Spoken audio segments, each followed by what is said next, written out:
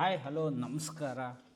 ಇವತ್ತಿನ ಟಾಪಿಕ್ ಬಂದು com theory ಅಂದರೆ ಏನು ನೋಡಿ. ಮಾರ್ಕೆಟಲ್ಲಿ ಎಲ್ಲರಿಗೂ ನೀವು ಕಲಿಯೋಕ್ಕೆ ಬಂದಿರೋರಿಗೆ ಗೊತ್ತಿರೋದು ಸ್ಟಾರ್ಟಿಂಗು ಬರೀ ಬೈಯಿಂಗ್ ಮಾತ್ರ.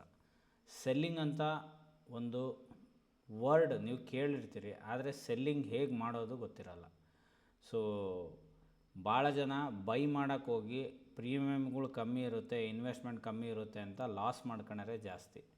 ಸೊ ಆ ಲಾಸ್ ಆಗ್ದಂಗೆ ನಾವು ಸಮಾಧಾನವಾಗಿ ಟ್ರೇಡ್ ಮಾಡ್ಕೊಂತ ನಮ್ಮ ದುಡ್ಡಿಗೆ ಬಡ್ಡಿ ಥರ 2% ತಿಂಗಳ ದುಡಿತಾ ಇದ್ದರೆ ವರ್ಷಕ್ಕೆ 24% ಆಗುತ್ತೆ. ಜೊತೆಗೆ ಕಾಂಪೌಂಡಿಂಗ್ ಸಹ ಆಗ್ತಾ ಇರುತ್ತೆ. ಕಾಂಪೌಂಡಿಂಗ್ ಅಂದರೆ ಬಂದಿರೋ ಲಾಭನ ಮತ್ತೆ ರೀಇನ್ವೆಸ್ಟ್ಮೆಂಟ್ ಮಾಡ್ತೀರಿ, ಮತ್ತೆ ಅದರಲ್ಲಿ ಟ್ರೇಡ್ಸ್ ತಗೊಂತೀರಿ, ಅದರಿಂದ ಮತ್ತೆ ಲಾಭ ಆಗುತ್ತೆ. ಸೊ ಅಲ್ಲಿಗೆ ಓವರಾಲ್ ನೀವು 24%ಗಿಂತ ಜಾಸ್ತಿನೇ ರಿಟರ್ನ್ ತಗೊಂತೀರಿ. ಸೊ 24% ರಿಟರ್ನ್ ಹೇಗೆ? ಪ್ರತಿ ತಿಂಗಳು 2% ಬರುತ್ತಾ? ಇಲ್ಲ. ಈ ಥಿಯರಿಯಲ್ಲಿ ನಿಮಗೆ 2% ಬರ್ಬೋದು, 1.5% ಬರ್ಬೋದು, 5% ಬರ್ಬೋದು, 8% ಬರ್ಬೋದು.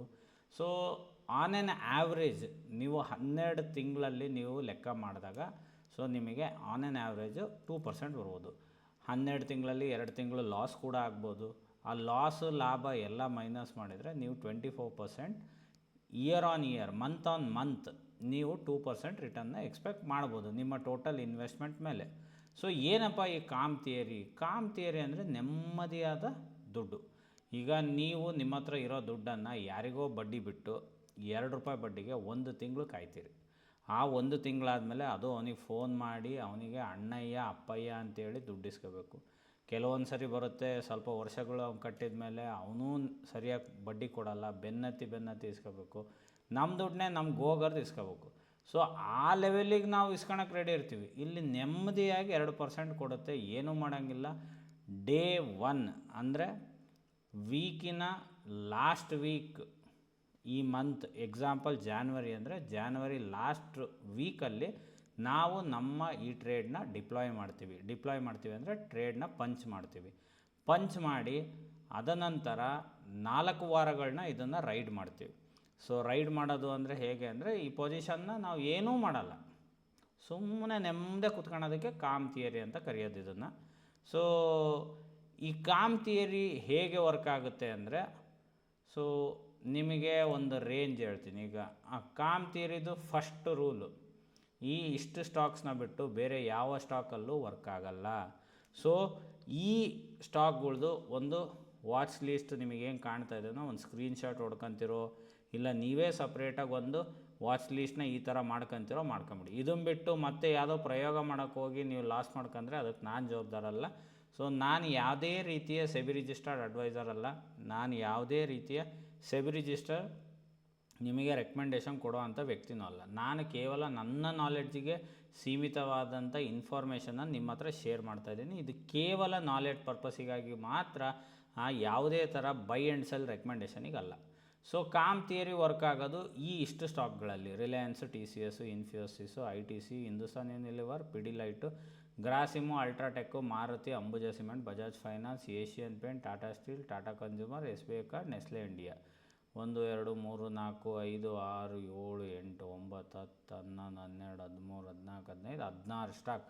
ಈ 16 ಸ್ಟಾಕಲ್ಲಿ ಮಾತ್ರ ವರ್ಕ್ ಆಗೋದು. ಆದ್ದರಿಂದ ಈ 16 ಸ್ಟಾಕ್ ಬಿಟ್ಟು ಬೇರೆ ಯಾವುದರಲ್ಲೂ ನೀವು ಟ್ರೈ ಮಾಡಿದರೆ ಇದು ವರ್ಕ್ ಆಗೋ ಸಾಧ್ಯತೆ ಕಮ್ಮಿ. ಹಾಗಾಗಿ ದಯವಿಟ್ಟು ನಾನು ನನ್ನ ನಾಲೆಡ್ಜಿಗಿದ್ದಾನೆ ಅದನ್ನು ಹೇಳ್ತಾ ಇದ್ದೀನಿ.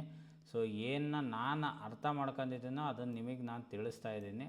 ಹಾಗಾಗಿ ದಯವಿಟ್ಟು ಹೇಗೆ ನಾನು ತಿಳಿಸ್ತಾ ಇದ್ದೀನೋ ಹಾಗೆ ನೀವು ತಿಳ್ಕೊಳ್ಳಿ. ಅದು ಬಿಟ್ಟು ನೀವು ನಿಮ್ಮ ಸ್ವಂತ ಎಕ್ಸ್ಪೆರಿಮೆಂಟ್ ಈ ಥಿಯರಿಯಲ್ಲಿ ಮಾಡೋದಾದರೆ ಸೆನ್ಸಿಬಲಲ್ಲಿ ಪ್ರಾಕ್ಟೀಸ್ ಮಾಡಿ, ರಿಯಲ್ ಮನಿಯಲ್ಲಿ ಯಾವುದೇ ಕಾರಣಕ್ಕೂ ಮಾಡಬೇಡಿ. ಓಕೆ, ಈ ಥಿಯರಿ ಹೇಗೆ ವರ್ಕ್ ಆಗುತ್ತೆ ಅಂತ ಹೇಳ್ತೀನಿ ನೋಡಿ. ಯಾವುದೇ ಒಂದು ಶೇರ್ ತಗೊಳ್ಳಿ, ಈ ಥಿಯರಿಯಲ್ಲಿ ಫಸ್ಟ್ ರೂಲು ಈ 16 ಸ್ಟಾಕ್ಸ್ನಲ್ಲೇ ನೀವು ಟ್ರೇಡ್ ಮಾಡಬೇಕು. ಸೆಕೆಂಡ್ ರೂಲು, ಈ 16 ಸ್ಟಾಕಲ್ಲಿ 5 ಸ್ಟಾಕ್ಸ್ನ ನೀವು ಟ್ರೇಡ್ ಮಾಡಲೇಬೇಕು. ಇದರಲ್ಲಿ 1 ಮಾಡ್ತೀನಿ 2 ಮಾಡ್ತೀನಿ ಅಂತ ಹೋದರೆ ಒಡಿಸ್ಕೊಳ್ಳೋದು ಕಾಯಮು, ರಿಸ್ಕ್ ಟೇಕಿಂಗ್ ಕೆಪಾಸಿಟಿ ಜಾಸ್ತಿ ಆಗಿಬಿಡುತ್ತೆ. ಸೊ 5 ನೀವು ತಗೊಳೋದ್ರಿಂದ 5ರಲ್ಲಿ 2 ನಿಮಗೆ ಲಾಸ್ ಕೊಟ್ಟರು, ಇನ್ನು 3 ನಿಮ್ಮನ್ನು ಬ್ಯಾಲೆನ್ಸ್ ಆಗಿಡುತ್ತೆ. ಸೊ ನಿಮ್ಮ ಲಾಸ್ನ ಜಾಸ್ತಿ ಆಗೋಕ್ಕೆ ಬಿಡಲ್ಲ. ಎಕ್ಸಾಂಪಲ್, ಈ ದಿನ 3ನೇ ತಾರೀಕು 8ನೇ ತಿಂಗಳು 2026 ಬೆಳಿಗ್ಗೆ ಆಲ್ರೆಡಿ ನಾವು 1.5% ಲಾಭದಲ್ಲಿದ್ವಿ, ಅಂದರೆ ಶುಕ್ರವಾರ ಕ್ಲೋಸಿಂಗು. ಸೋಮವಾರ ಓಪ್ನಿಂಗು ಅಲ್ಟ್ರಾಟೆಕ್ ಗ್ಯಾಪ್ ಡೌನ್ ಆದ ಕಾರಣ ಡ್ರಾ ಡೌನ್ ಆಗಿ ನಮ್ಮ ರಿಟರ್ನ್ ಬಂದು 1.5ಇಂದ ಸೀದಾ 0.5ಗೆ ಬಂದಿತ್ತು. ಆದರೆ ಕ್ಲೋಸಿಂಗ್ ಅಷ್ಟೊತ್ತಿಗೆ ಅಲ್ಟ್ರಾಟೆಕ್ಕು ಬ್ಯಾಲೆನ್ಸ್ಡಾಗಿ ಒಂದು ರೇಂಜಿಗೆ ವಾಪಸ್ ರಿಕವರಿ ಆಗಿದ್ದಕ್ಕೆ ನಮ್ಮ ಪೋರ್ಟ್ಫೋಲಿಯೋ ಮತ್ತೆ 0.5ಇಂದ 1.5 ರಿಟರ್ನಿಗೆ ಬಂತು. ಸರ್ ಏನೇನೋ ಹೇಳ್ತೀರಿ, 1.5 ನಮಗೆ ಅರ್ಥ ಆಗುತ್ತೆ. ನೋಡಿ, ನೆಮ್ಮದಿಯಾಗಿ ₹2 ಬಡ್ಡಿ ತಿನ್ನಂಗಿದು ಪ್ರತಿ ತಿಂಗಳು ನಿಮ್ಮ ಅಕೌಂಟಿಗೆ ಬಂದು ಬಿದ್ದುಬಿಡುತ್ತೆ ವೈಟಲ್ಲಿ. ಸೊ ಹೇಗೆ ವರ್ಕ್ ಆಗುತ್ತೆ ಅಂತ ಹೇಳ್ತೀನಿ. ಈ 16 ಸ್ಟಾಕಲ್ಲಿ ನಾವು ಈ ತಿಂಗಳು 5 ಸ್ಟಾಕ್ನ ಸೆಲೆಕ್ಟ್ ಮಾಡಬೇಕು. ಆ ಸ್ಟಾಕ್ನ ಹೇಗೆ ಸೆಲೆಕ್ಟ್ ಮಾಡಬೇಕು ಅನ್ನೋದನ್ನು ನಾನು ಇನ್ನೊಂದು ವಿಡಿಯೋ ಮಾಡಿ ಹೇಳ್ತೀನಿ, ಇಲ್ಲ ಅಂದರೆ ತುಂಬ ಲೆಂತಿ ಆಗುತ್ತೆ. ಸೊ ನಿಮಗೆ ಬೇಕಿರೋದು rule number 1 16 stock, rule number 2 ಈ 16ರಲ್ಲಿ 5 ಸೆಲೆಕ್ಟ್ ಮಾಡಬೇಕು. 5 ಸೆಲೆಕ್ಟ್ ಮಾಡಿದ ಮೇಲೆ ಏನು ಮಾಡಬೇಕು, ಫಸ್ಟು ನೀವು ನಿಜವಾದ ದುಡ್ಡು ಹಾಕೋಕ್ಕೂ ಮುಂಚೆ ದಯವಿಟ್ಟು ಸೆನ್ಸಿಬಲಲ್ಲಿ ಪ್ರಾಕ್ಟೀಸ್ ಮಾಡಿ. ಹೇಗೆ ಮಾಡಬೇಕು, ಇಲ್ಲಿ ಟ್ರೇಡ್ ಒಳಗೆ ಹೋಗಿ ಡ್ರಾಫ್ಟ್ ಪೋರ್ಟ್ಫೋಲಿಯೋಗೆ ಹೋಗಿ ಇಲ್ಲಿ ಕ್ರಿಯೇಟ್ ನ್ಯೂ ಅಂತ ಕೊಡಿ. ಕ್ರಿಯೇಟ್ ನ್ಯೂ ಕೊಟ್ಟು ಇಲ್ಲಿ ನೀವು ಆ ತಿಂಗಳನ್ನ ಹೆಸರು ಹಾಕಿ. ನಾನೀಗ ಆಗಸ್ಟಲ್ಲೇ ರನ್ನಿಂಗ್ ಇರೋದ್ರಿಂದ ನಾನು ಸುಮ್ಮನೆ ನಿಮಗೆ ತೋರ್ಸೋಕ್ಕೆ ನ್ಯೂ ಅಂತ ಹಾಕ್ತೀನಿ. ನ್ಯೂ ಅಂತ ಕೊಟ್ಟು ಕ್ರಿಯೇಟ್ ಕೊಡ್ತೀನಿ. ಇಲ್ಲಿ ಆ್ಯಡ್ ಆರ್ಡರ್ಸಿಗೆ ಹೋಗಿ ಆ್ಯಡ್ ಆರ್ಡರ್ ಮ್ಯಾನ್ಯುಲಿಗೆ ಹೋಗಿ. ಸೊ ಇಲ್ಲಿ ಈಗ ರಿಲಯನ್ಸ್ ಇದನ್ನು ತಿಂಗಳಿನ ಕೊನೆಯ ವಾರದಲ್ಲಿ ಡಿಪ್ಲಾಯ್ ಮಾಡಬೇಕು. ಈಗ ಆಗಸ್ಟ್ ತಿಂಗಳು ಲಾಸ್ಟ್ ಎಕ್ಸ್ಪೈರಿ ನಮಗೆ ಮಂಗಳವಾರ ಆಗುತ್ತೆ. ಅಂದರೆ ನಾವು ಈ ಮಂಗಳವಾರನರಾಗಲಿ ಬುಧವಾರನರಾಗಲಿ ಈ ಟ್ರೇಡ್ನ ಡಿಪ್ಲಾಯ್ ಮಾಡಬೇಕು. ನೆನಪಿರಲಿ, ಕೊನೆಯ ವಾರ ಡಿಪ್ಲಾಯ್ ಮಾಡಬೇಕು. ಇದನ್ನು ಎಕ್ಸಿಟ್ಟು 1 ವಾರ ಮುಂಚೆ ಆಗಬೇಕು. ಸೊ ನೆನಪಿರಲಿ, ಈ 1 ವಾರ ಮುಂಚೆ ಆಗಬೇಕು. ಈ 1 ವಾರ ಮುಂಚೆ ಆದಮೇಲೆ ನಾವು ಇಮಿಡಿಯೇಟ್ಲಿ ನೆಕ್ಸ್ಟ್ ಮಂತಿನ ಟ್ರೇಡ್ನ ಇಮಿಡಿಯೇಟ್ಲಿ ನಾವು ತಗೋಬೋದು, ತೊಂದರೆ ಇಲ್ಲ, 1 ವಾರ ಮುಂಚೆನೇ. ಸೊ ಎಕ್ಸಾಂಪಲ್ಲು ಯಾಕೆ 1 ವಾರ ಮುಂಚೆ ನಾವು ಎಕ್ಸಿಟ್ ಆಗಬೇಕು ಅಂದರೆ ಸೆಲ್ಲಿಂಗಿಗೆ ಮಾರ್ಜಿನ್ ಮನಿ ಜಾಸ್ತಿ ಬೇಕಾಗುತ್ತೆ. ಸೊ ನಿಮಗೆ ತೋರಿಸ್ತೀನಿ ನೋಡಿ. ಸೊ ಈಗ ಇದು ರಿಲಯನ್ಸಲ್ಲಿ ಇದು ಅಟ್ ದಿ ಮನಿ, ಈ ಮಧ್ಯ ಏನು ಕಾಣ್ತಾ ಇದೆಯಲ್ಲ ಇದಕ್ಕೆ ATM ಅಂತ ಕರೀತಾರೆ. ATM, OTM, ITM ಅಂತ ಕರೀತಾರೆ. OTM ಅಂದರೆ out of the money, ATM ಅಂದರೆ ಅಟ್ ದಿ ಮನಿ, ITM ಅಂದರೆ ಇನ್ ದಿ ಮನಿ. ಸೊ ಇದ್ರ ಬಗ್ಗೆ ಸಪ್ರೇಟಾಗಿ ವೀಡಿಯೋ ಮಾಡ್ತೀನಿ, ಸದ್ಯ ಈಗ ಅದು ಬೇಡ. ಸೊ ಈಗ ಈ ರಿಲಯನ್ಸಿನ ಒಂದು ಆಪ್ಷನ್ ಬೈ ಮಾಡೋಕ್ಕೆ ನಮಗೆ ಮಾರ್ಜಿನ್ ಎಷ್ಟು ಬೇಕಾಗುತ್ತೆ ನೋಡಿ. ಇಲ್ಲಿ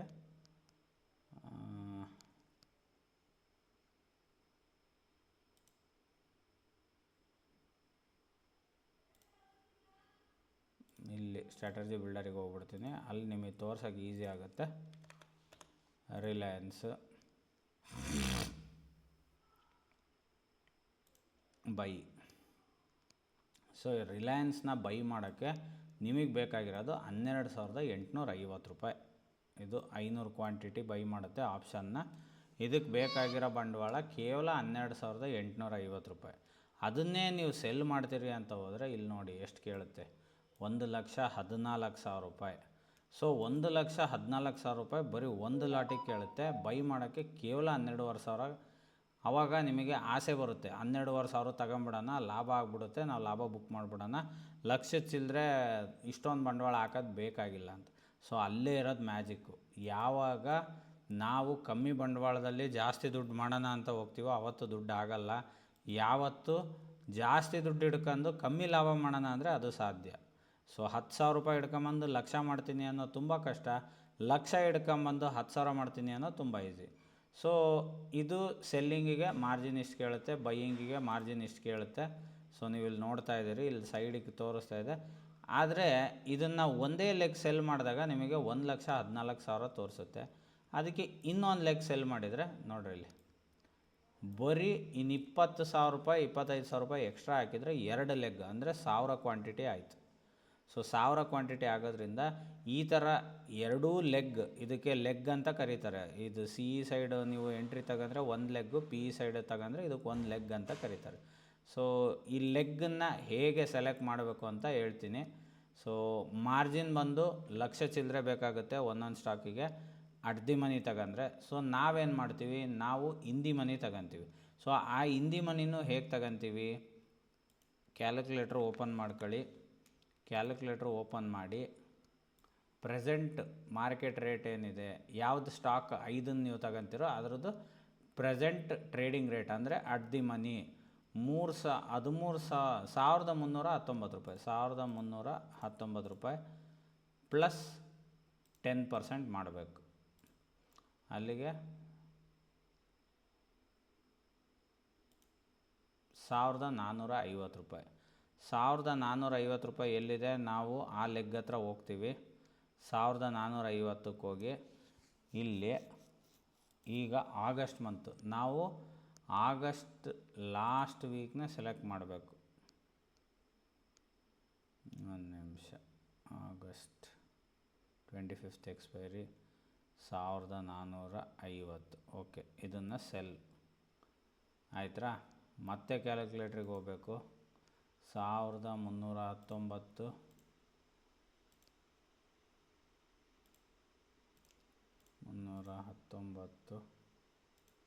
ಮೈನಸ್ 10%, 1187 ಅವೈಲಬಲ್ ಇಲ್ಲ. 1190 ತಗೊಂತೀನಿ, ಹತ್ರದಲ್ಲಿರೋದು. ಇಲ್ಲಿ 80 ತಗೊಳಕ್ಕೆ ಒಳಗೋಯ್ತು, 87ಕ್ಕಿಂತ ಜಾಸ್ತಿ ಇರೋದು ತಗೋಬೇಕು. ಸೊ ಇಲ್ಲಿ ಸೆಲ್ ಮಾಡಿದೆ. ಟೋಟಲ್ ಕ್ಯಾಪಿಟಲ್ ನೋಡಿ ಕೇಳ್ತಾ ಇರೋದು 90,400 ಚಿಲ್ಲರೆ. ಸೊ 90,400 ಚಿಲ್ಲರೆ ಇಲ್ಲಿದ್ದರೆ ನೀವು ಇಂಥದ್ದು ಒಂದು ಟ್ರೇಡ್ನ ತಗೋಬೋದು. ಸೊ ಇದನ್ನು ನಾನು ಡನ್ ಅಂತ ಕೊಟ್ಟರು. ನನಗೆ 1 ತಿಂಗಳು ಇದನ್ನು ಹಿಡ್ಕಂಡ್ರೆ ನಾನು ಎಕ್ಸ್ಪೆಕ್ಟ್ ಮಾಡ್ತಾ ಇರೋಂಥ ಲಾಭ ಅಂದರೆ ಅಲ್ಲಿರೋ ಲಾಭ 1.5% ರಿಟರ್ನ್ ಬರುತ್ತೆ. ಅಂದರೆ 1,00,000 ರೂಪಾಯಿ 90,000 ರೂಪಾಯಿಗೆ 1,300 ತನಕ ಲಾಭ ಬರುತ್ತೆ ಅಂತ ತೋರಿಸ್ತಾ ಇದೆ ಇಲ್ಲಿ. ಸೊ ಇದು ಫಸ್ಟ್ ನಾವು ಡಿಪ್ಲಾಯ್ ಮಾಡೋಕ್ಕೂ ಮುಂಚೆ ಫೀಸಿಬಲ್ ನೋಡ್ಕೋಬೇಕು. ನಮಗೆ ಯಾವ ಲೆವೆಲ್ ಆಫ್ ಮಾರ್ಜಿನ್ ಸಿಗುತ್ತೆ, ಲಾಭ ಆಗುತ್ತೆ ಅನ್ನೋದನ್ನು ನೀವು ನೋಡ್ಕೊಂಡ್ಮೇಲೆ ಡಿಪ್ಲಾಯ್ ಮಾಡಬೇಕು. ಇಲ್ಲಿ ಲಾಸ್ ಅನ್ಲಿಮಿಟೆಡ್ ಅಂತ ತೋರಿಸ್ತಾ ಇದೆ. ಇದೇನು ತಲೆ ಕೆಡಿಸ್ಕೋಬೇಡಿ, ಲಾಸ್ ಅನ್ಲಿಮಿಟೆಡ್ ಹೌದು. ಆದರೆ ಇಲ್ಲಿ ನೋಡಿ ಪ್ರೊಬಬಿಲಿಟಿ ಆಫ್ ಪ್ರಾಫಿಟ್ POP ಅಂದರೆ ಪ್ರೊಬಬಿಲಿಟಿ ಆಫ್ ಪ್ರಾಫಿಟ್ ಬಂದು 92% ಇದೆ. 92% ನೀವು ಗೆದ್ದೇ ಗೆಲ್ತೀರಿ ಅಂತ. ಇಲ್ಲಿ ಲಾಸ್ ಆದರೂ ಇಲ್ಲಿ 1,300 ಇದೆ ಅಲ್ಲ, ಮ್ಯಾಕ್ಸ್ ಟು ಮ್ಯಾಕ್ಸ್ ನಿಮಗೆ ಲಾಸು ಇಲ್ಲಿ 2,600 ರೂಪಾಯಿ ಆದರೂ ನೀವು ಅಲ್ಲಿವರೆಗೂ ಹೋಲ್ಡ್ ಮಾಡ್ಬೋದು. 2,600 ಮೇಲೆ ನಿಮಗೆ ಲಾಸ್ ಆಗ್ತಾಯಿದೆ ಅಂದರೆ ಆ ಟ್ರೇಡ್ನ ಕಟ್ ಮಾಡ್ಬೋದು. ಇದು risk to reward actually match ಆಗಲಿಲ್ಲದಿದ್ದರೂ ಪ್ರೊಬಬಿಲಿಟಿ ಆಫ್ ವಿನ್ನಿಂಗು ಜಾಸ್ತಿ ಇರೋದ್ರಿಂದ ನೀವಿಲ್ಲಿ ಟೈಮ್ ವ್ಯಾಲ್ಯೂ ಅಂದರೆ ನೀವು 30 ದಿವಸ ಕಾದಿದ್ದಕ್ಕೆ ನಿಮಗೆ 1,300 ರೂಪಾಯಿ ಅವ್ರು ಕೊಡ್ತಾಯಿದ್ದಾರೆ. ಅದಕ್ಕೆ ಇದರ ಹೆಸರು ಟೈಮ್ ವ್ಯಾಲ್ಯೂ ಅಂತ ಕರೀತಾರೆ. ನೋಡಿರಿ, ಇಲ್ಲಿ 1,300 ಇದೆ, ಟೈಮ್ ವ್ಯಾಲ್ಯೂನು 1,300 ಇದೆ. ಅಂದರೆ ಈ ಆಪ್ಷನ್ನಲ್ಲಿ ನಿಮಗೆ 1,300 ರೂಪಾಯಿ ಬಡ್ಡಿ ಹೌದಿಟ್ಟಿದ್ದಾರೆ. ಸೊ ಯಾರ್ಯಾರು ಬೈಯಿಂಗ್ ಮಾಡಬೇಕು ಅಂತ ಬರ್ತಾರೋ ಅಂಥವ್ರು ಸೋತಿರೋ ದುಡ್ಡು ನಿಮಗೆ ಬಡ್ಡಿ ರೂಪದಲ್ಲಿ ನಿಮಗೆ ಬರುತ್ತೆ. ಆದರೆ 30 ದಿವಸ ಯಾರ್ಯಾರು ಏನು ಆಡ್ಕೊಂತಾರೋ ಆಡ್ಕೊಳ್ಳಿ, ನೀವು ನೆಮ್ಮದಿಯಾಗಿ ಕೂತ್ಕೋಬೇಕು. ಆ ಕುಂತು ಪೇಷನ್ಸಲ್ಲಿ ಇದ್ದರೆ ನಿಮಗಿದು ಬರುತ್ತೆ. ಸೊ ಇದು ರಿಲಯನ್ಸಿನ ಕತೆ ಆಯಿತು. ಸೊ ಮತ್ಯಾವಿದ್ದಾವೆ, ನಮಗೆ ರಿಲಯನ್ಸ್ ಕೇವಲ 1.5% ಕೊಡ್ತಾಯಿದೆ. ಸೊ ಅದನ್ನು ಬಿಟ್ಟು ಈಗ TCS ನೋಡೋಣ. ಸೊ TCSಗೆ ಹೋಗ್ತೀನಿ. TCS TCS 2,473 ಪ್ಲಸ್ 10%, 2,720 ಇಲ್ಲಿ ಸೆಲ್ ಮಾಡಿದೆ. ಆಯ್ತಾ. ಈಗ ಮತ್ತೆ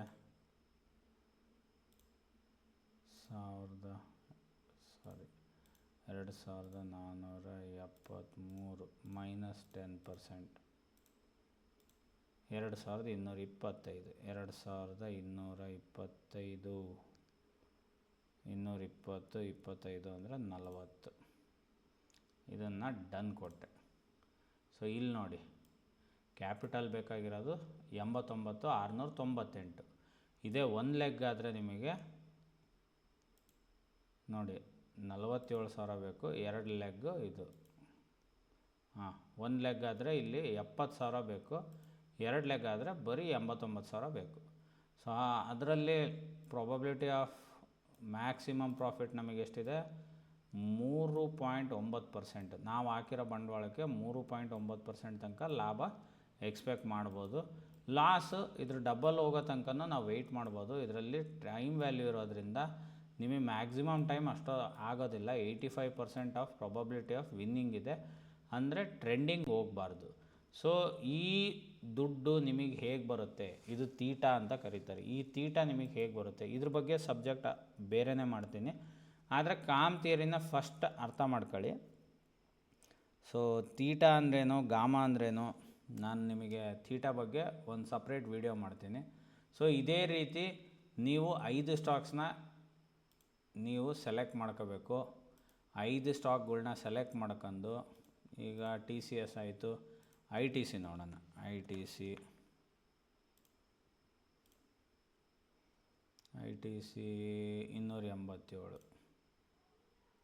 287 ಇಂಟು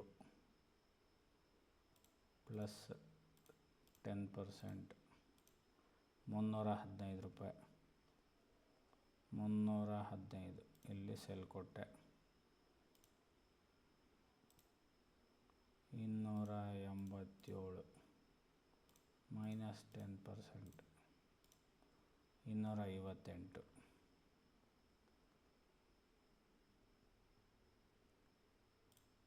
ಸೊ ಇಲ್ಲಿ ಸೆಲೆಕ್ಟ್ ಮಾಡಿದೆ.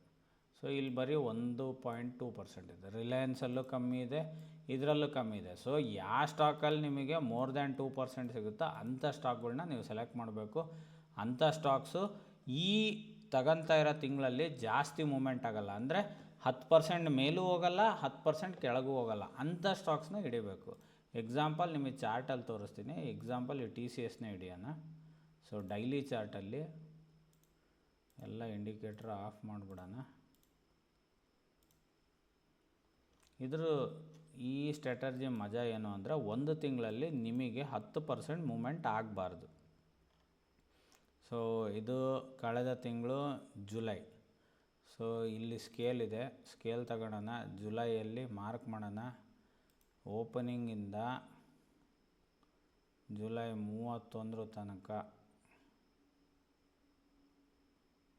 ಓಕೆ 31 ತನಕ 22% ಮೂವ್ ಆಗಿದೆ.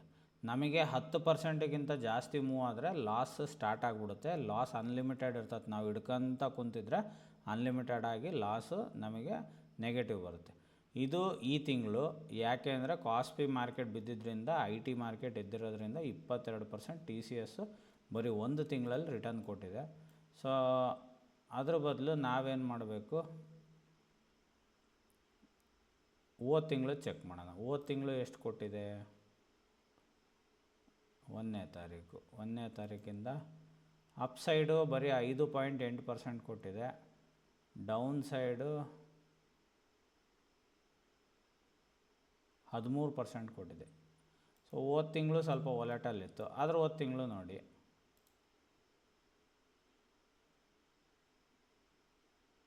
ಸೊ ಇಲ್ಲಿ ಅಪ್ ಸೈಡ್ ಅಂತೂ ಕೊಟ್ಟಿಲ್ಲ, ಡೌನ್ ಸೈಡು ಡ್ರಾ ಡೌನ್ ಆದರೂ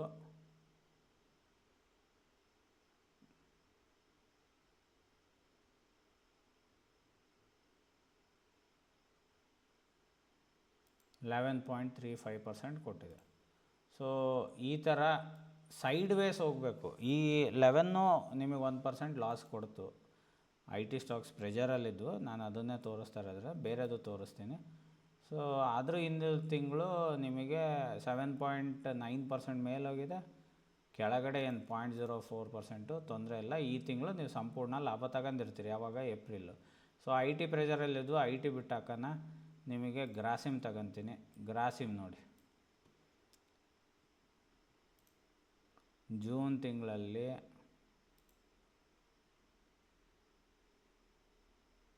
2% ಕೆಳಗೆ, 3% ಮೇಲೆ. ಸೊ ನೋಡಿರಿ, ಇದೇ ರೇಂಜ್ ಬಾಂಡಲ್ಲಿ ಓಡಾಡ್ತಾ ಇದೆ ಯಾವುದು, ಗ್ರಾಸಿಮ್. ಸೊ ಯಾವಾಗ 10% ಮೇಲೆ 10% ಕೆಳಗೆ ಇದ್ರ ಮಧ್ಯೆನೇ ಇರುತ್ತೋ, ಎಕ್ಸಾಂಪಲ್ ಇಲ್ಲಿಂದ 10% ಅಂದರೆ ಇಲ್ಲಿಗೆ ಬರಬೇಕು. 3394, ಇಲ್ಲಿ 10% ಅಂದರೆ ಅಂದಾಜು 2764. ಇಲ್ಲ ಇಲ್ಲಿ ಮುರಿಬೇಕು, ಇಲ್ಲ ಮೇಲೆ ಮುರಿಬೇಕು. ನಾವು ಹೇಳಿದ ಲೆವೆಲ್ಲು ಇದ್ರ ಮಧ್ಯದಲ್ಲಿದ್ದರೆ ನಿಮಗೆ ಲಾಭ ಫಿಕ್ಸ್. ಅದನ್ನು ಬ್ರೇಕ್ ಆಗಿ ಹೋದರೆ ಮಾತ್ರ ನಿಮಗೆ ಲಾಸ್ ಆಗೋಕ್ಕೆ ಸ್ಟಾರ್ಟ್ ಆಗುತ್ತೆ. ಈ ನಾವು ಅಂದ್ಕೊಂಡಿರೋ ರೇಂಜ್ 10% ಮೂಮೆಂಟ್ ಕೊಟ್ಟರೆ, ಸೊ ಅದಕ್ಕಿಂತ ಜಾಸ್ತಿ ಮೂಮೆಂಟು ಒಂದು ತಿಂಗಳಲ್ಲಿ 30 ದಿವಸದಲ್ಲೇ 10% ಕೊಟ್ಟರೆ ಸೊ ನಮಗೆ ಲಾಸ್ ಆಗುತ್ತೆ. ಸೊ ಈ ಸ್ಟಾಕ್ಸ್ಗಳು 16 ಇದಾವಲ್ಲ, ಇದರೊಳಗೆ ಪರ್ಫೆಕ್ಟ್ 5ನ್ನು ನೀವು ಹಿಡಿದ್ರೆ ಅದು ಹೇಗೆ ಹಿಡಿಯೋದು ಅಂತಲೂ ಹೇಳ್ತೀನಿ. ಸೊ ಅದಕ್ಕೆ ಇನ್ನೊಂದು ವಿಡಿಯೋ ಮಾಡ್ತೀನಿ, ಈ ವಿಡಿಯೋದಲ್ಲೇ ಆಗಲ್ಲ, ಟೈಮ್ ಜಾಸ್ತಿ ಆಗುತ್ತೆ. ಸೊ ಪರ್ಫೆಕ್ಟಾಗಿ 5 ಸ್ಟಾಕ್ಸ್ನ ನೀವು ಹಿಡಿದ್ರೆ 5ರಲ್ಲಿ ನಿಮಗೆ 2 ಫೇಲ್ ಆದರೂ 3 ಲಾಭ ಕೊಟ್ಟರು ನೀವು ಲಾಸಿಗೆ ಹೋಗಲ್ಲ. ಸೊ 10% ಮೂಮೆಂಟ್ ಆಗಬಾರ್ದು. ಸಾಮಾನ್ಯ ಈ 16 ಸ್ಟಾಕು ಪ್ರತಿ ತಿಂಗಳು 10% ಮೂಮೆಂಟ್ ಆಗಲ್ಲ, ಯಾಕಂದರೆ ಇವು ಹೆವಿ ವೆಯ್ಟೇಜ್ ಇರೋದು, ಲಾರ್ಜ್ ಅಲ್ಟ್ರಾ ಲಾರ್ಜ್ ಕ್ಯಾಪ್ ಒಳಗೆ ಬರುತ್ತೆ. ಅದ್ರ ಜೊತೆಯಲ್ಲಿ ಇದು ಓಡಿದರೆ, ಈ ಸ್ಟಾಕ್ಗಳು ಓಡಿದರೆ ನಿಫ್ಟಿ ಮೂವ್ ಆಗುತ್ತೆ. ಸೊ ನಿಫ್ಟಿ ಇವು ಮೂವ್ ಆದಾಗೆಲ್ಲ ನಿಫ್ಟಿ ಜಾಸ್ತಿ ಮೂವ್ ಆಗುತ್ತೆ. ನಿಫ್ಟಿ 2%ಗಿಂತ ಮೂವ್ ಆಗೋದು ಭಾಳ ರೇರ್ ಕೇಸ್ ನಿಮಗೆ ಪರ್ ಡೇ. ಸೊ ಹಾಗಾಗಿ ನಿಫ್ಟಿ ತಿಂಗಳಲ್ಲಿ 10% ಮೂಮೆಂಟ್ ಆಗೋದು ನಿಮಗೆ ಭಾಳ ಅಂದರೆ ಭಾಳ ನಿರಾಳ, ಅಂದರೆ ನಿಮಗೆ ಸಾಧ್ಯನೇ ಇಲ್ಲ ಅಂದ್ಕೊಂಬಿಡಿ. ಸೊ ಹಾಗಾಗಿ ಇದರೊಳಗೆ ಪರ್ಫೆಕ್ಟ್ 5 ಸ್ಟಾಕ್ ಹಿಡಿದ್ರೆ 10% ಮೂವ್ ಆಗಲಿಲ್ಲದಿದ್ರೆ ನಾವು ನಮ್ಮ ಲಾಭನ ತಗೊಂಡು ಮನೆಗೆ ಹೋಗ್ತೀವಿ. ಸೊ ಆ ರೀತಿ ಈ 10 ಸ್ಟಾಕ್ಸಲ್ಲಿ ನಾವು 2%ಗಿಂತ ಜಾಸ್ತಿ ಇರೋ ಸ್ಟಾಕ್ಸ್ಗಳ್ನ ಸೆಲೆಕ್ಟ್ ಮಾಡ್ಕೊಂಡು ಅಂಥವು 5 ಸ್ಟಾಕ್ನ ನಾವು ಆ ತಿಂಗಳು ಟ್ರೇಡು ಡಿಪ್ಲಾಯ್ ಮಾಡಬೇಕು. ಎಲ್ಲಿ ಮಾಡಬೇಕು? ಸ್ಟಾರ್ಟಿಂಗು ನೀವು ಈ ಡ್ರಾಫ್ಟ್ ಒಳಗೆ ಇಲ್ಲಿ ಮಾಡಿದ್ದೀನಲ್ಲ, ನೀವು ಇದರೊಳಗೆ ಮಾಡಿ ಈ ಥರ. ಈಗ ನಾವು ಆಲ್ರೆಡಿ ಮಾಡಿದ್ದೀವಿ ನೋಡಿರಿ, ಯಾವುದು ಆಗಸ್ಟ್ ತಿಂಗಳದು. ಸೊ ಇಲ್ಲಲ್ಲೇ ಮಾಡಿದ್ದೀವಿ, SBI ಕಾರ್ಡ್ ಮಾಡಿದ್ದೀವಿ, ಅಲ್ಟ್ರಾಕಾಮ್ ಮಾಡಿದ್ದೀವಿ, ITC ಮಾಡಿದ್ದೀವಿ, ರಿಲಯನ್ಸ್ ಮಾಡಿದ್ದೀವಿ, ಟಾಟಾ ಸ್ಟೀಲ್ ಮಾಡಿದ್ದೀವಿ. ಸೊ ಒಂದು ಜಾಸ್ತಿ ಇದೆ, ಒಂದು ಕಮ್ಮಿ ಇದೆ, ಒಂದು ಜಾಸ್ತಿ ಇದೆ, ಒಂದು ಕಮ್ಮಿ ಇದೆ, ಒಂದಂತೂ ನೆಗೆಟಿವ್ ಇದೆ. ಸೊ ಆ ನೆಗೆಟಿವ್ ಅಲ್ಲಿ ಕಂಪನ್ಸೇಟ್ ಆಗುತ್ತೆ. ಸೊ ನಿಮಗೆ ಡೀಟೇಲ್ಸ್ ನೋಡಬೇಕು ಅಂದರೆ ಇಲ್ಲಿ ಓಪನ್ ಬಿಲ್ಡ್ ಕಾನಿಗೆ ಹೋಗಿ ಎಷ್ಟು % ಲಾಭ ಇದರಲ್ಲಿ ಉಳಿದಿದೆ ಅಂತ. ಇದರಲ್ಲಿ 7% ಇದೆ, ಇನ್ನೊಂದರಲ್ಲಿ ಕಮ್ಮಿ ಇರುತ್ತೆ. ಸೊ ಇದರಲ್ಲಿ ಬರೀ 1.8% ಇದೆ. ಸೊ ಅಲ್ಲಿ 7 ಇದೆ, ಅಲ್ಲಿ ನಮಗೆ 4 ಬಂದು ಈ 0.2ನ ಅಲ್ಲಿ ಕಂಪನ್ಸೇಟ್ ಮಾಡ್ಕೋಬೋದು. ಆ ಥರ ನೀವು ಪ್ಲ್ಯಾನ್ ಮಾಡ್ಕೋಬೇಕು. ಸೊ ಅಲ್ಟ್ರಾಕಾಮ್ ಆಯಿತು, ಇದು ITCಗೆ ಬಂದ್ವಿ. ITCನೂ ಅಷ್ಟೇ 1.5. ITC ಯಾವಾಗೂ ನಿಮಗೆ 2% ಮೇಲೆ ಕೊಡಲ್ಲ, ಆದರೆ ಯಾವ ಸ್ಟಾಕು ಸಿಗಲಿಲ್ದಾಗ ಅಟ್ಲೀಸ್ಟ್ ನಾವು 1.5% ತಗೋಬೇಕು ಅಂದರೆ 5ರಲ್ಲಿ ಒಂದು ಯಾವಾಗಾದರೂ ಸಿಗಲಿಲ್ದಾಗ ITCನ ನಾವು ಸೇಫಾಗಿ ಹಿಡ್ಕೋಬೇಕು. ಇದು ಸೇಫ್ ಪ್ಲೇಯರ್, ಇದು ITC ಬಂದು. ರಿಲಯನ್ಸು 1.7, ಇದು ಅಷ್ಟೇ ಸೇಫ್ ಪ್ಲೇಯರು, ಜಾಸ್ತಿ ಮೂಮೆಂಟ್ ಕೊಡಲ್ಲ. ರಿಲಯನ್ಸು ಬಡೆ ಬಾಯ್ ಮೋಟಾ ಬಾಯ್ ಅಂತ ಕರೆಯೋದು ಅದಕ್ಕೆ ರಿಲಯನ್ಸ್ನ. ಇದು ಓಡ್ತು ಅಂದರೆ ಮಾರ್ಕೆಟ್ ಸಿಕ್ಕಾಪಟ್ಟೆ ಓಡುತ್ತೆ. ಸೊ ಅಂಥ ಸಿಚುವೇಶನ್ ಬರೋದು ಭಾಳ ಕಮ್ಮಿ. ಇನ್ನೊಂದು ಬಂದು ನಾವು ಟಾಟಾ ಸ್ಟೀಲ್ ತಗೊಂಡಿದ್ದೀವಿ 3.3%, ಅಲ್ಲಿ 7, ಇಲ್ಲಿ 3.3, ಬೇರೆ ಎಲ್ಲ 1.8, 1.5 ತಗೊಂಡಿದ್ವಿ. ಆನ್ ಆ್ಯನ್ ಆ್ಯಾವ್ರೇಜ್ ನಮಗೆ 2 to 2.5% ರಿಟರ್ನ್ ಬಂದರೆ ಎಲ್ಲದನ್ನು ಸ್ಕ್ವೇರ್ ಆಫ್ ಮಾಡೋಣ, ಯಾಕಂದರೆ ಇಲ್ಲಿರೋದೇ ಪೊಟೆನ್ಷಿಯಲ್ ಅಷ್ಟು. ಸೊ ಇದು ನೀವು ಡೈಲಿ ಮಂತ್ಲಿ ಮಾಡಿ ನಿಮಗೆ ಎಕ್ಸ್ಪೀರಿಯನ್ಸ್ ಆಗುತ್ತೆ. ಸೊ ಈ ರೀತಿ 5 ಸ್ಟಾಕ್ಸ್ನ ಆ 16 ಸ್ಟಾಕ್ಸಿಂದ ಸೆಲೆಕ್ಟ್ ಮಾಡ್ಕೊಂಡು ಸೆಲ್ ಮಾಡಬೇಕು. ಯಾವುದೇ ಕಾರಣಕ್ಕೂ ಬೈ ಮಾಡಬಾರ್ದು. ಸೆಲ್ ಮಾಡಿದಾಗ ನಿಮಗೆ ನೆಮ್ಮದಿಯಾಗಿ 2% ತಿಂಗಳ ತಗೊಳಕ್ಕೆ ಸಾಧ್ಯ. ಸೊ ಈ ವಿಡಿಯೋ ಕಂಪ್ಲೀಟಾಗಿ ಹೇಗೆ ಈ ಟ್ರೇಡ್ ತಗೊಳೋದು ಅಂತ ಹೇಳಿದ್ದೀನಿ. ಇದರ ನೆಕ್ಸ್ಟ್ ವಿಡಿಯೋದಲ್ಲಿ ನಾನು ಥೀಟಾ ಅಂದ್ರೇನು, ನಿಮಗೆ ಈ ಥೀಟಾ ಹೇಗೆ ವರ್ಕ್ ಆಗುತ್ತೆ, ಸೆಲ್ಲಿಂಗ್ ಮಾಡೋದ್ರಿಂದ ಹೇಗೆ ದುಡ್ಡು ಬರುತ್ತೆ ಅನ್ನೋದನ್ನು ಕ್ಲೀನಾಗಿ ಎಕ್ಸ್ಪ್ಲೇನ್ ಮಾಡ್ತೀನಿ. ಅಲ್ಲಿವರೆಗೂ ದಯವಿಟ್ಟು ನನ್ನ ರಿಕ್ವೆಸ್ಟು, ರಾತ್ರೋರಾತ್ರಿ ಸಾಹುಕಾರರಾಗೋಕ್ಕಾಗಲ್ಲ, ದೊಡ್ಡ ಕ್ಯಾಪಿಟಲ್ ಬೇಕು.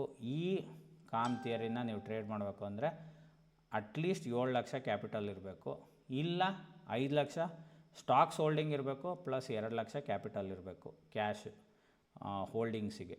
ಸೊ ಈ ಸ್ಟ್ರಾಟಜಿ ರನ್ ಮಾಡಬೇಕು ಅಂದರೆ ನಿಮಗೆ 5 lakh equity plus 2 lakh cash ಇರಬೇಕು, ಇಲ್ಲ 7 ಲಕ್ಷ ಕಂಪ್ಲೀಟಾಗಿ ಕ್ಯಾಶ್ ಇರಬೇಕು. ಅದಿದ್ದರೆ ಮಾತ್ರ ಈ ಥಿಯರಿ ನೀವು ಮಾಡೋಕ್ಕಾಗೋದು. 7 ಲಕ್ಷಕ್ಕೆ 2% ಹಂಗೆ ನೀವು ಆರಾಮಾಗಿ ಎಕ್ಸ್ಪೆಕ್ಟ್ ಮಾಡಬಾರ್ದು. 14,000 ಆರಾಮಾಗಿ ದುಡಿಬೋದು. ಸ್ಟಾರ್ಟ್ ಮಾಡ್ಬೇಕಾದ್ರೆ 7 ಲಕ್ಷದಿಂದ ಮಾಡಿ, 7 ಲಕ್ಷದಲ್ಲಿ ನೀವು ಮಾಡಿ ಪ್ರಾಕ್ಟೀಸ್ ಆಗಿ ಲಾಭ ನಿಮಗೆ ಕರಗತರಾದರೆ ಈ ಸ್ಟ್ರಾಟಜಿಯಲ್ಲಿ ನೀವು ಕ್ಯಾಪಿಟಲ್ನ ಜಾಸ್ತಿ ಮಾಡಿ, ಎಷ್ಟಾರು ಮಾಡಿ. ಸೊ ಅದಕ್ಕೆ ತಕ್ಕಂಗೆ ರಿಸ್ಕು ರಿವಾರ್ಡು ಇರುತ್ತೆ. ಸೊ ಅದನ್ನು ಗಮನದಲ್ಲಿ ಇಟ್ಕೊಳ್ಳಿ.